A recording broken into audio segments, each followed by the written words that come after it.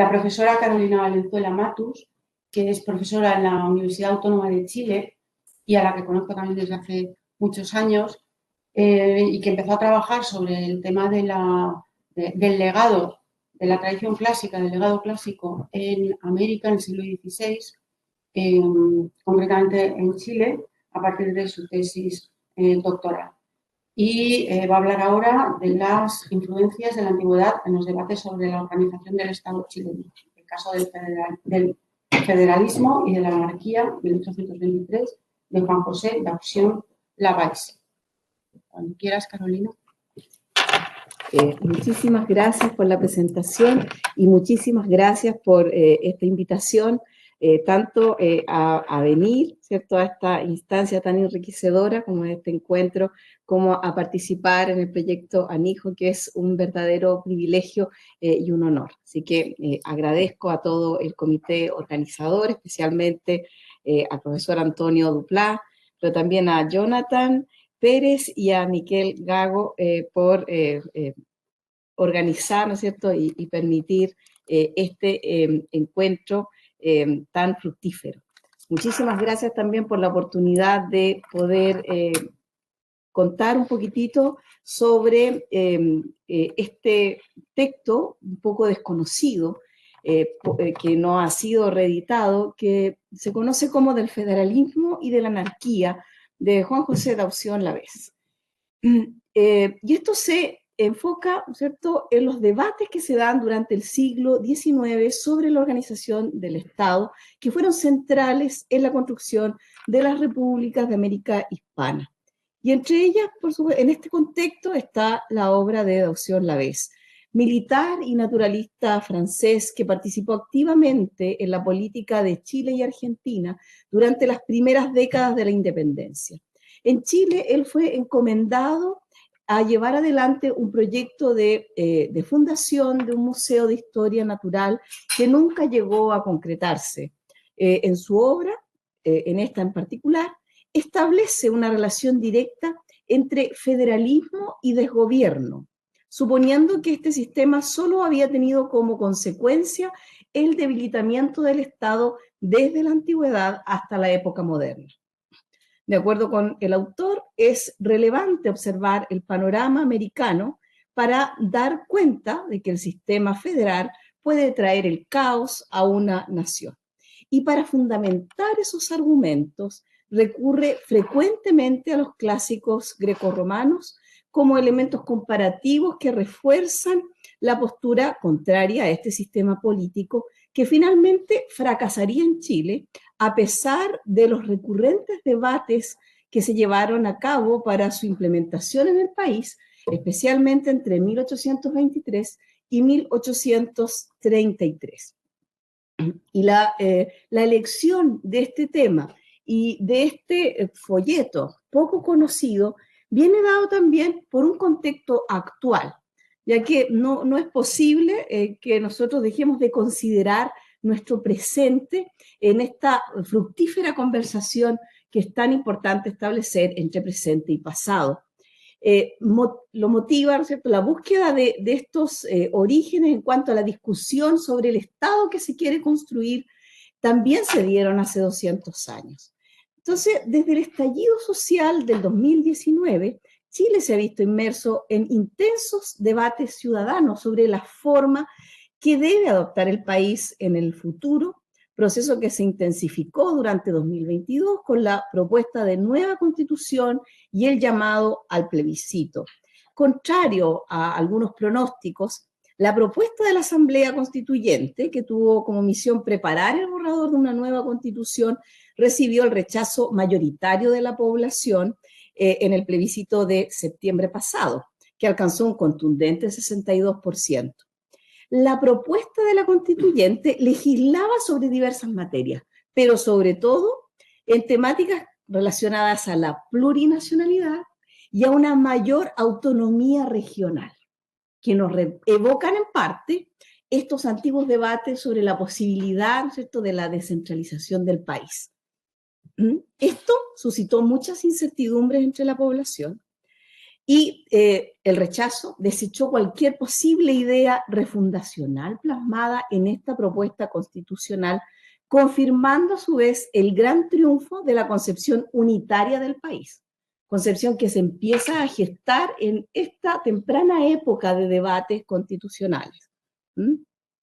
Y que solamente se va a consolidar durante el siglo XIX, imponiéndose sobre otros ideales liberales y descartando de plano el proyecto federal. Entonces, es el periodo entre 1823 a 1830 donde los políticos chilenos van a discutir de forma más vehemente la posibilidad de instaurar el federalismo, un federalismo que finalmente fracasa, y que muchas veces es poco relevado y poco conocido para el gran público. Esta etapa previa a la consolidación de los conservadores y que dio tan interesantes debates sobre el tipo de país que se quería construir. Y en este contexto del federalismo y de la anarquía de Dawson Lavés resulta especialmente interesante, no tanto por la calidad de su escrito, como sus argumentaciones contrarias al federalismo, fuertemente fundamentadas en la historia de Grecia y Roma, como respectivos paradigmas del fracaso del federalismo, en el caso de Grecia, y del triunfo del sistema unitario como el único que asegura la prosperidad y el futuro de los pueblos civilizados, como es el caso de Roma. Es un caso interesante, no es el único ni el más brillante, ya que en esta época van a florecer otros importantes intelectuales como Juan Egaña o José Manuel Infante, que han sido más estudiados, ¿cierto?, en la historia nacional y que también tienen diversos ejemplos de recepción clásica. No obstante, al ser poco conocido, el texto de Dawson Lavés es una muestra, entre otras posibles, de la defensa del sistema unitario que se impone como vencedor. Y también las formas en que su escrito recepciona la antigüedad, seleccionando episodios y autores que fortalecen la argumentación a favor del sistema unitario. Entre los argumentos que utiliza ¿ya? Este naturalista y militar francés que va a prestar servicios tanto en Argentina como en Chile, y que, bueno, a pesar de que él se encontraba en un momento escribiendo más bien sobre sus avances en la exploración del territorio y el mundo natural, ve necesario entrar en el debate político chileno, tomando en cuenta lo que estaba pasando en las Provincias Unidas del Río de la Plata y las guerras a las que había llevado el sistema federal en Argentina. Y entre los argumentos más, digamos, que él más reitera en este breve folleto que él escribe, tiene que ver la infelicidad de los griegos de la antigüedad. ¿Ya?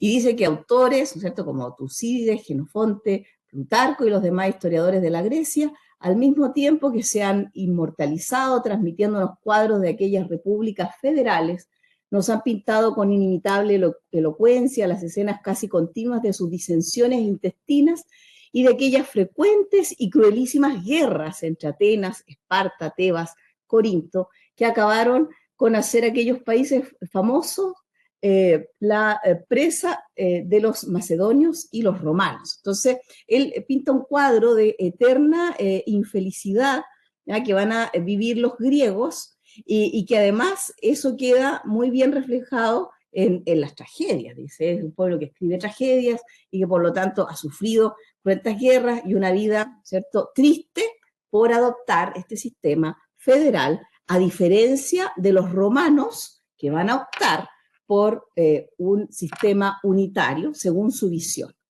A continuación de esta cita, y todavía no he podido esclarecer bien a cuento de qué, va a citar a Lucrecio. Da para pensar que él dice que hay, ¿no es cierto?, hay como intelectuales que nos muestran la belleza, ¿cierto?, como de la cultura, y que cualquier persona que no sea estúpida, dice, podrá aspirar a un gozo intelectual citando los siguientes versos, y luego va a citar unos fragmentos del de Rerum Natura, del libro 2, que en verdad tampoco explica demasiado el contexto. Es como una muestra de erudición que no queda muy clara, pero bueno, cita los versos, revolviendo los vientos en las llanuras del mar, es deleitable desde tierra contemplar el trabajo grande de otro, no porque de contento y alegría ver a otro trabajando, más es grato considerar los males que no tienes, suave también es sin riesgo tuyo, mirar grandes ejércitos de guerra en batalla ordenados por los campos. Esta versión de Agustín García Calvo, ¿cierto?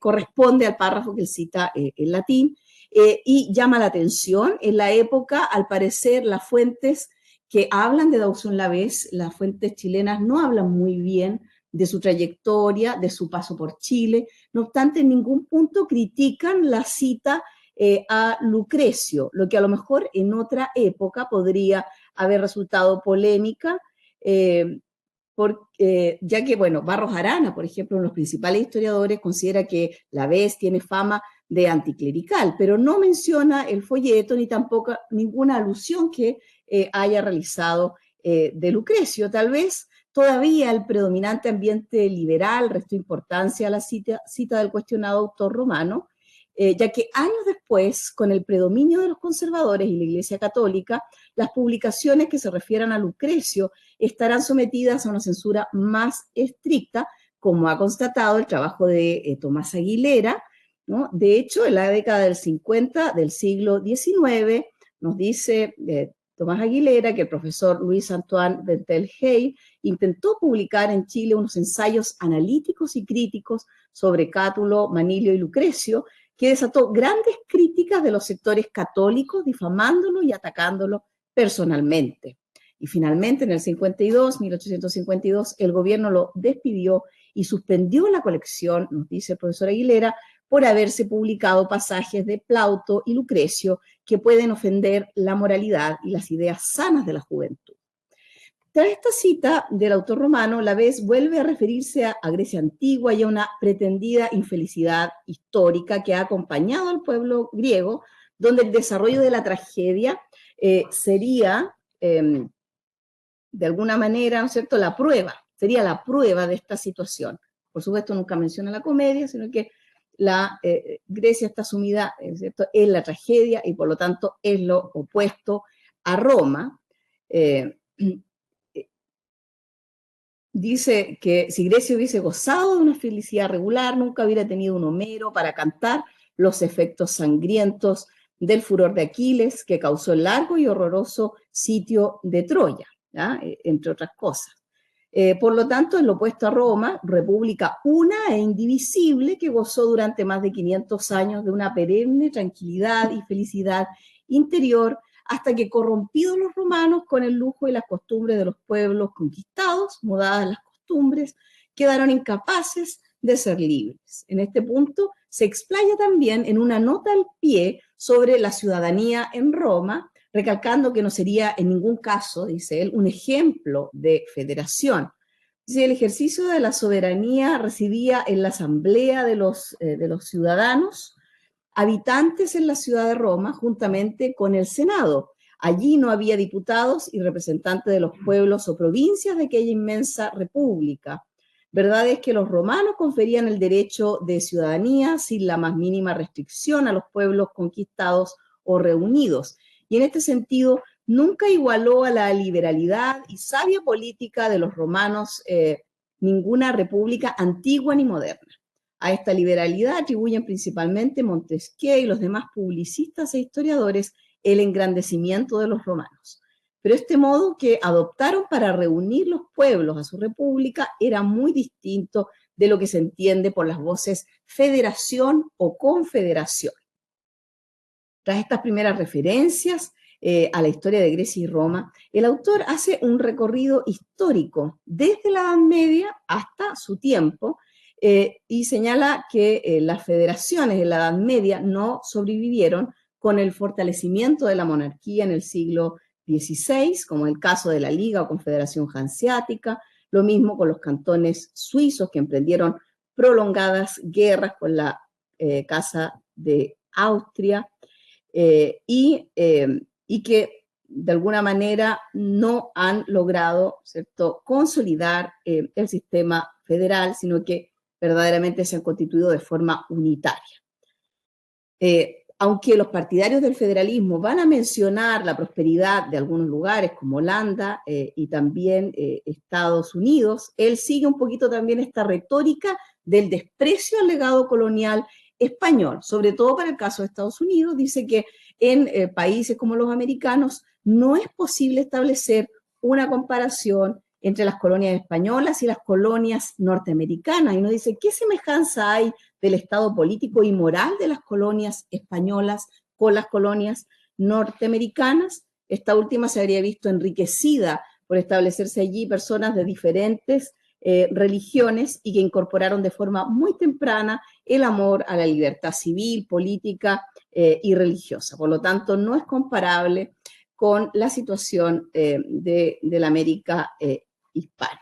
Entonces, descartando de plano el federalismo para la realidad del país, para la realidad de Chile, la vez hace un llamado al Congreso Nacional para resolver lo del sistema de gobierno que se le dará a Chile, y para ello debería considerar algunos principios, entre ellos atender a la posición geográfica del país y sus condiciones naturales, y que un buen gobierno libre no puede existir sin un claro deslinde de los poderes del Estado, sin el cual tampoco puede haber libertad política ni civil, ni seguridad individual, ni buenas costumbres. Además de organizar una constitución provisoria que fuera revisable en un número corto de años.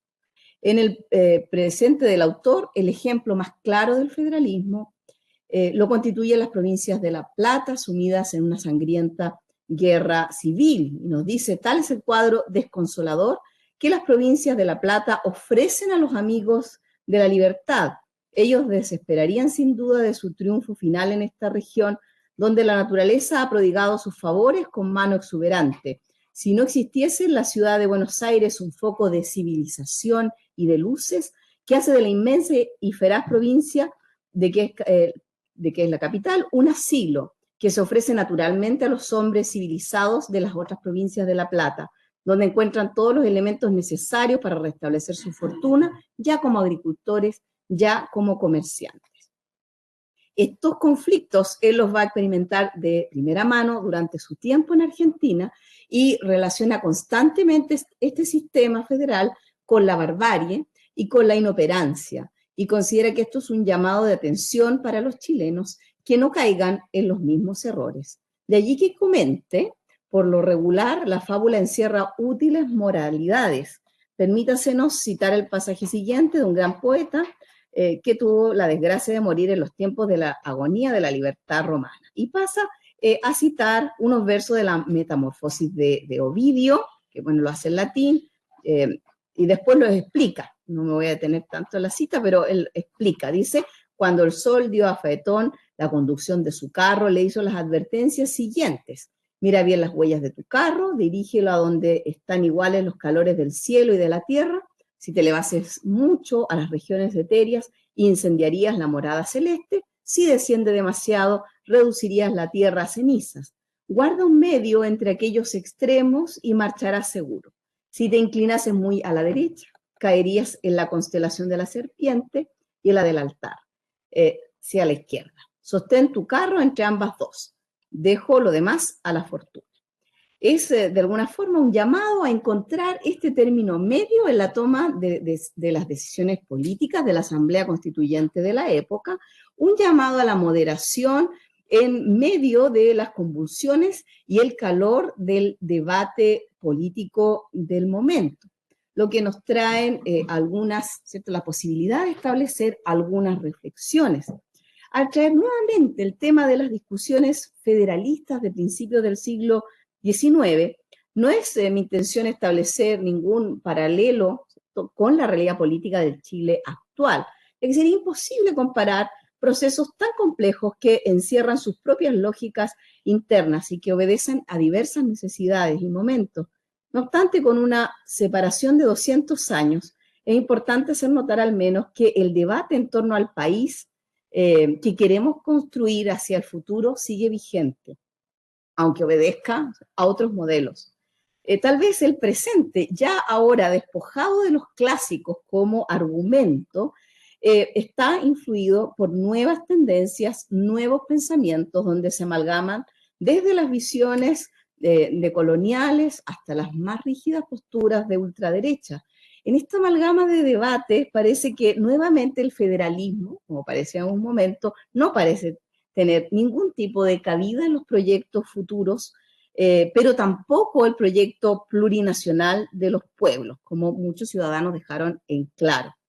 Entonces, todo este amplio abanico de posturas, acuerdos y desacuerdos es en el momento en el que nos encontramos viviendo, ¿ya?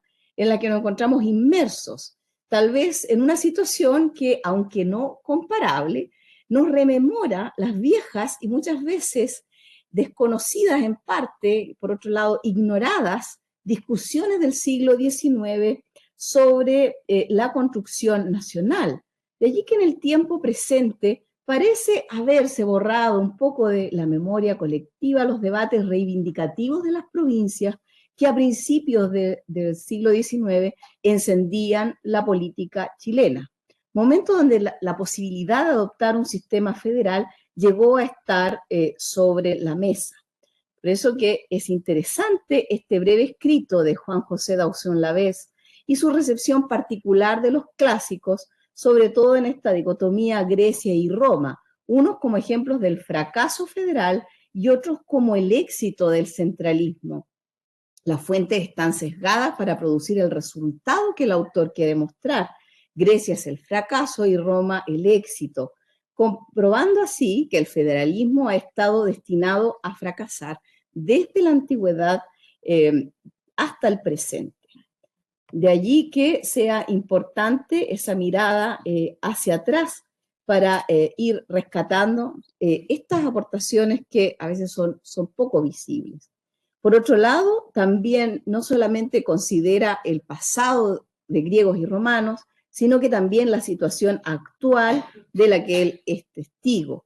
Las guerras en las provincias de La Plata le permiten también vincular el federalismo a la barbarie, mientras que argumenta que aquellos que toman como referente del federalismo a Estados Unidos o Holanda, en verdad desconocen otros elementos importantes en la configuración de estos pueblos. Entre ellos está presente también el discurso independentista del desprecio al legado español que se hace presente en el texto. Y a su vez también encontramos este llamado a la moderación del Congreso que debate en torno al sistema federal y que, como el carro de Faetón, debe mantenerse en equilibrio para no perecer. Muchas gracias.